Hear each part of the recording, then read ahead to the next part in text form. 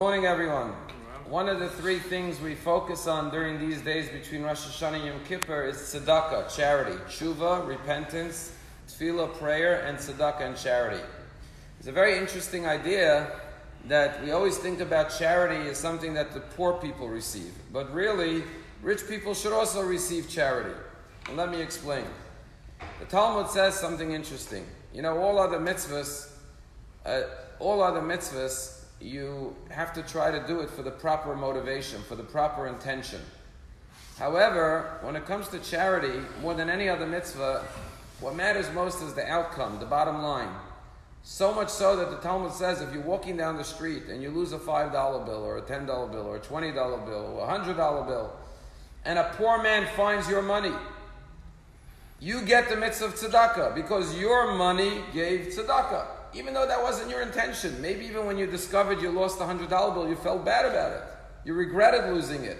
But the reality is a poor man took your money and got food. So it's tzedakah. So the Talmud says that if someone gives tzedakah, al manach sheyichye b'ni, I'm giving this charity for the sake that my son should live. Someone's son is, God forbid, ill. And he said, I'm giving the charity conditional that my son should live. In other words, when we make a mishaberach for the sick, what do we always do? We say, I'm going to give charity. Does anyone say, I'm putting on tefillin so my son should get better, or my relative should have a refuah shalema? We don't do that with any other mitzvah, only with tzedakah. Why? Because the bottom line is the bottom line. The poor man will have tzedakah. But the question at the end is, tzaddik gamar. Why does that make him a perfect tzaddik?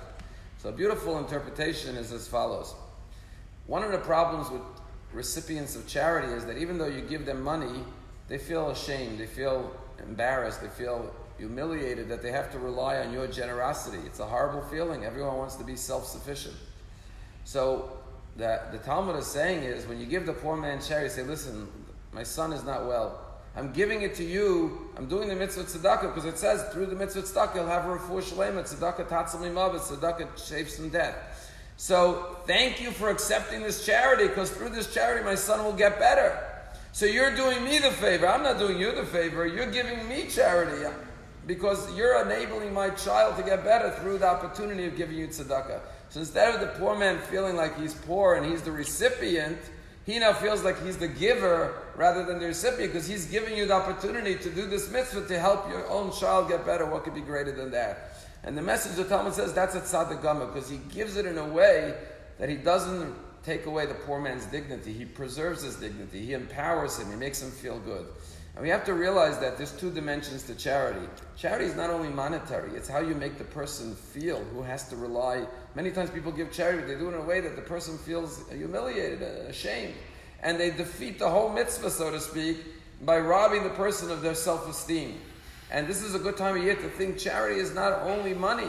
If you lift someone's spirits, if you raise someone's confidence, if you give someone self-esteem, this time of year it's very easy to go through your phone and look for someone who's lonely, who doesn't